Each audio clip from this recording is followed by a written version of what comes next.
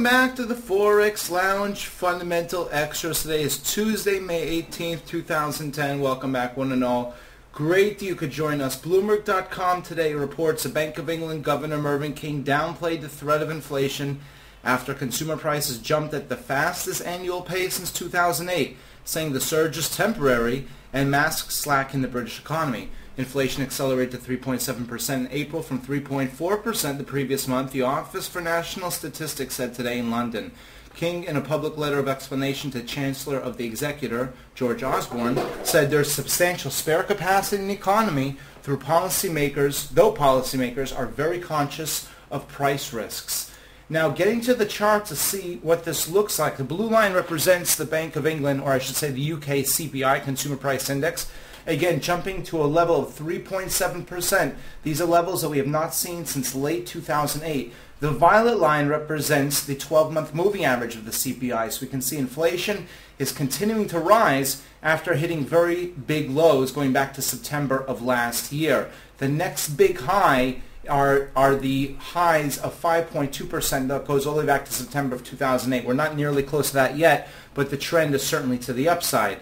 Now, compare the Bank of England interest rate history to the UK CPI. The Consumer Price Index is a blue line. The violet line is a Bank of England interest rate history. You can see over time, during prosperous times, when the Bank of England raises interest rates, well, the CPI tends to rise as well. In fact, what happens is because the CPI rises, that leads the Bank of England to raise rates. When the CPI falls, that encourages the Bank of England to cut rates. So there's a very close correlation that exists between the two.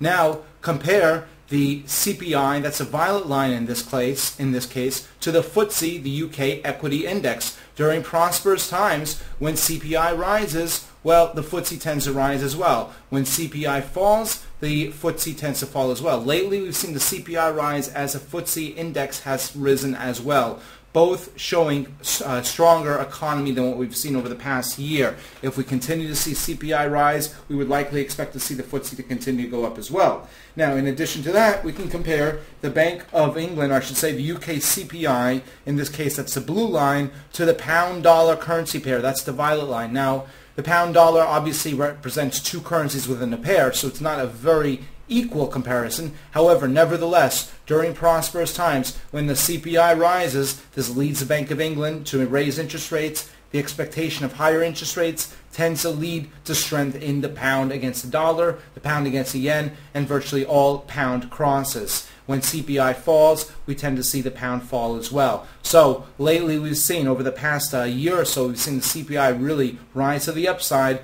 Eventually, if this continues, we would likely expect to see strength in the pound, which we have not seen yet. However, CPI rising over a long period of time historically tends to lead to strength in the pound. With that said, if you have any questions, do not hesitate to email us anytime. info@forexlounge.com. We thank you for joining us. We wish you a great day, all profitable trades, and we look forward to seeing you back soon, back inside the Forex Lounge.